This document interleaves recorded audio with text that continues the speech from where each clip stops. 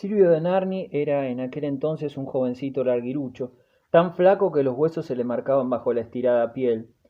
Su fealdad procedía de la pequeñez de sus ojos, de una boca demasiado grande, a la cual le faltaban varios dientes, y del cabello seco, pajizo, que le caía a ambos lados de la cara como una raleada peluca. Pero, quizás por conocer a través de Paringenio sus extraños antecedentes, yo descubrí en él, cuando se presentó a saludarme, una singular atracción. A veces quedaba como abstraído, tumbado en uno de los portales o entre los canteros del vasto jardín, y yo, que disimuladamente no lo perdía de vista, creía captar en el brillo de sus ojos un fulgor gatuno. En breve fuimos inseparables ante la sorpresa celosa de mi abuela, que no acertaba a comprender mi predilección por un individuo tan mediocre. Le arguí que Silvio me divertía, pues, nacido en la zona y descendiente de campesinos afincados allí varias centurias a las órdenes de los Orsini, sabía infinitos cuentos curiosos y había andado por lugares que nos pertenecían y que nosotros, sus dueños, sospechábamos apenas. No mentía al hablar así. Guiados por él, Messer Pandolfo y yo visitamos algunas necrópolis etruscas que se olvidaron más tarde y que la curiosidad de los arqueólogos no desenterró hasta siglos después.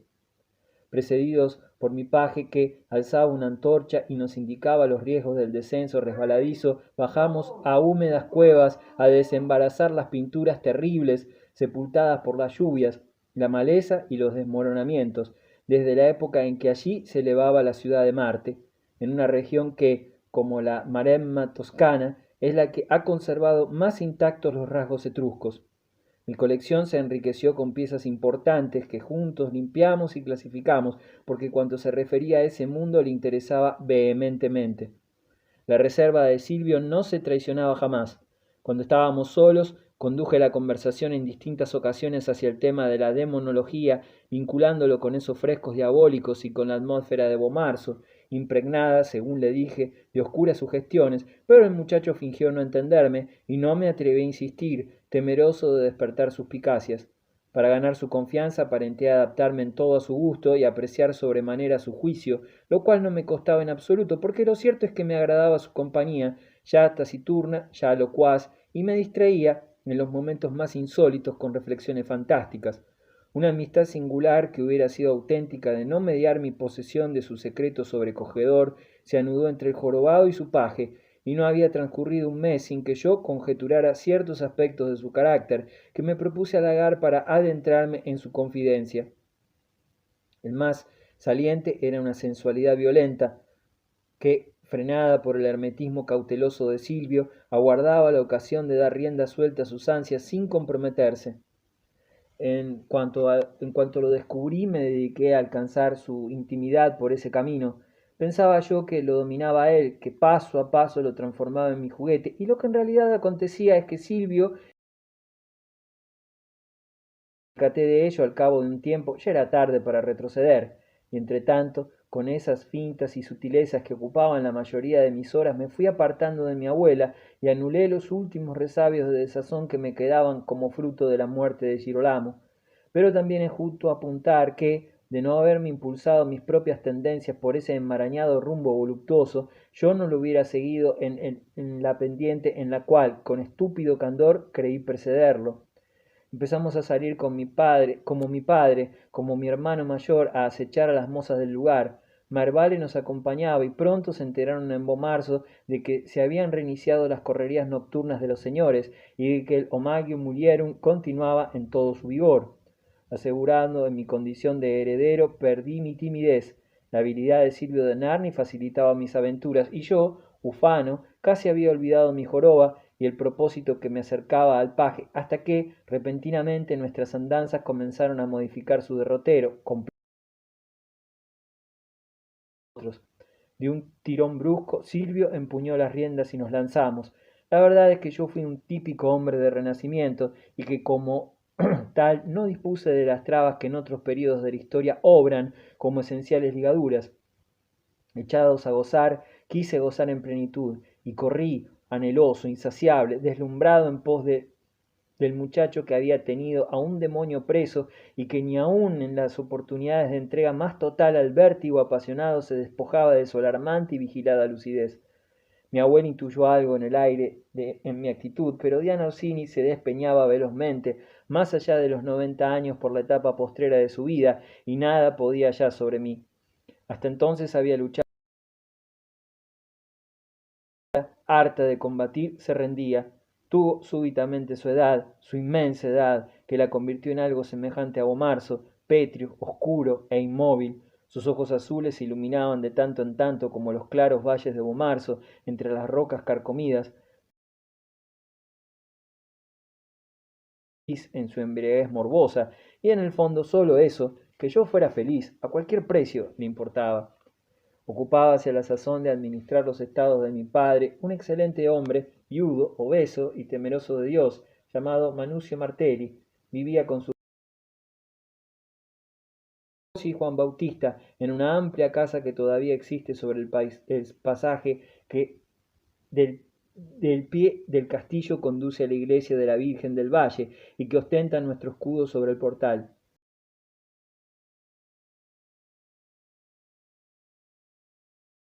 Solo la casa nos pertenecía, como todo el lugar, sino que quienes habitaban en ella nos pertenecían también. Así lo había considerado mi padre, mi abuelo y los antecesores Orsini, así lo consideré yo. El escudo representaba la impresión de un sello hundido en la piedra y aunque invisible, hundido también en la carne de los moradores. La idea puede parecer hoy repugnante, inhumana, y lo es, pero entonces se acogía con la más absoluta naturalidad por quien habían sido educados como nosotros. Porcia y Juan Bautista eran muy hermosos, rubios, finos, tan idénticos que se los confundía cuando cambiaban sus trajes por broma. No me extrañaría que llevaran en las venas, por imprudencia de alguna antecesora sangre d'Orsini, no se mezclaban con las gentes del pueblo, porque como hijos de nuestro administrador, que prolongaba a su vez cazadores de cosechas, disfrutaban una posición intermedia entre la masa de labriegos y servidores y los amos del castillo. Messer Pandolfo les había explicado rudimentos de latín, de matemáticas y de música, que su inteligencia aprendió fácilmente, y ambos poseían un don feliz para inventar bailes y pantomimas. Mi abuela los llamaba de tanto en tanto a su habitación a fin de que, dirigidos por Marvale, la distrajeran con sus graciosos remedos. Solía vérselos solos por los senderos de Bomarzo, armando trampas para atrapar pájaros, pescando o buscando piedras bonitas. Cuidaba de ellos un viejo, tío de Manucio Martelli, porque su padre debía abandonarlos a menudo y desaparecía por una semana o más cuando se lo exigían sus tratos en ferias y poblaciones del contorno. Silvio de Narni los admiró por primera vez un día en que danzaban al son de una viola en el aposento de mi abuela, y como Silvio, cansado del monocor de perseguir de muchachas más o menos dóciles, comenzaba a aburrirse en Bomarzo y a añorear las complejas diversiones de Roma, se le ocurrió para aventar el tedio inquietarlos y corromperlos. Eran los dos muy niños, muy ingenuos, y eso se usaba la libertina inclinación de mi paje. Me lo comunicó, y yo, que no hacía más que lo que me sugería para estrechar nuestro vínculo, acepté de buen grado el plan. Debo añadir que, antes de que me lo insinuara, Porcia y Juan Bautista me perturbaban ya, borrosamente, por eso tan equívoco que tenía en su semejanza, su juego burlador de sexos, que me recordaba a ciertos personajes disfrazados del Ariosto. Riendo organizamos el ataque como un cazador que prepara una importante cacería, un safari. No había que descuidar detalles si deseábamos triunfar en la empresa, y nos consagramos a ella con la fruición propia de dos ociosos pervertidos. Empezamos por lisonjearlos con distinciones, con pequeños obsequios, dándoles a entender que para nosotros significaban algo aparte del resto del vecindario al cual superaban, cosa cierta de cualquier modo, por su calidad y por su elegancia instintiva. Nuestra actitud los halagó. No más que su hermana afirmar su categoría de pretendiente al tono de los señores. Salieron con nosotros en varias oportunidades a merodear por los alrededores en ausencia de su padre, y cuando su tío abuelo dormía unas siestas imponentes.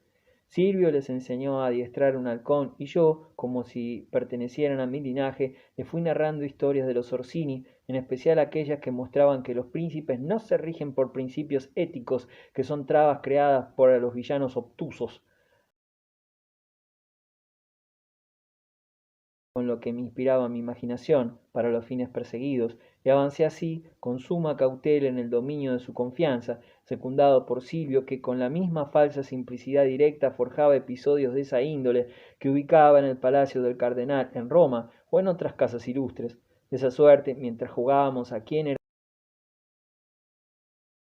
mentes. Pronto, en lugar de salir los cuatro juntos, comenzamos a apartarnos en parejas, cambiando de compañeros en cada ocasión, lo cual activaba su desconcierto, y llegamos a establecer una atmósfera turbadora que, si bien no habíamos pasado todavía a la etapa del ejercicio dialéctico, instauró entre ambos grupos una familiaridad sui generis que los mellizos, habituados hasta entonces a una vida pacata y repetida, acogieron conmovidos en momentos en que se despertaba, buceando su sensualidad. Ignoro qué confidencias se habrán hecho el uno a la otra en esa época, pero no dudo de que Silvio y yo constituimos el centro de sus conversaciones y de que nuestras imágenes los mantuvieron insomnes hasta tarde en sus lechos respectivos. La circunstancia de que el futuro duque participara del solaz excitante contribuyó, principalmente, estoy seguro, a enturbiar sus conciencias, porque su padre los había formado desde niños en el acatamiento de los Orsini, que él, por supuesto, compartía y que, como en el caso de Nencia, cobraba entre los Martelli el de la noble cara y las perfectas manos, el que sería dueño de cuanto se abarcaba desde las terrazas del castillo, condescendía a franquearse con ellos, lo cual era tan extraordinario que constituía un timbre honroso para los favorecidos.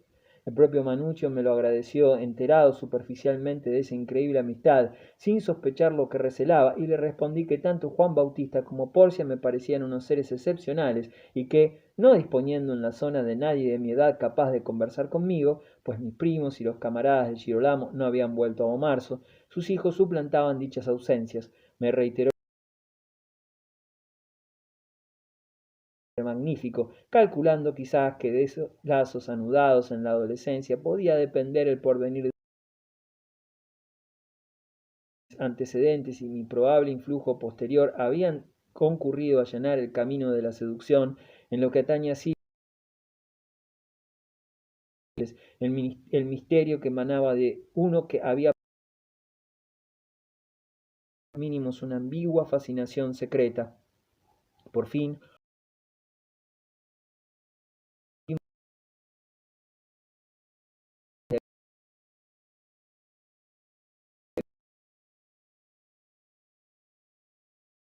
habíamos alzado un muro de sofismas, cubriendo de atribulantes matices, encerrándolos en él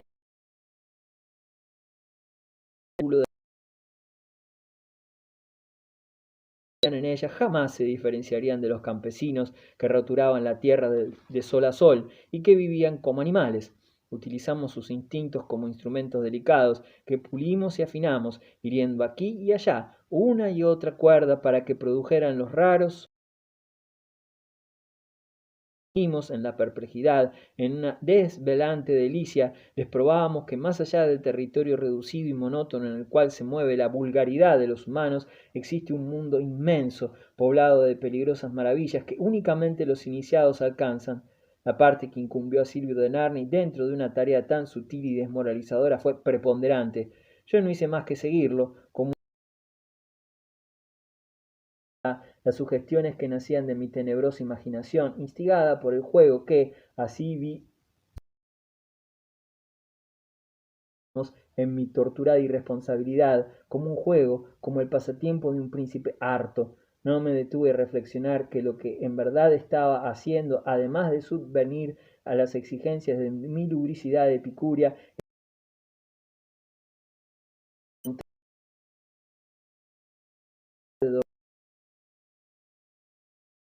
sus condiciones hubieran figurado como las conquistas más preciosas de amores.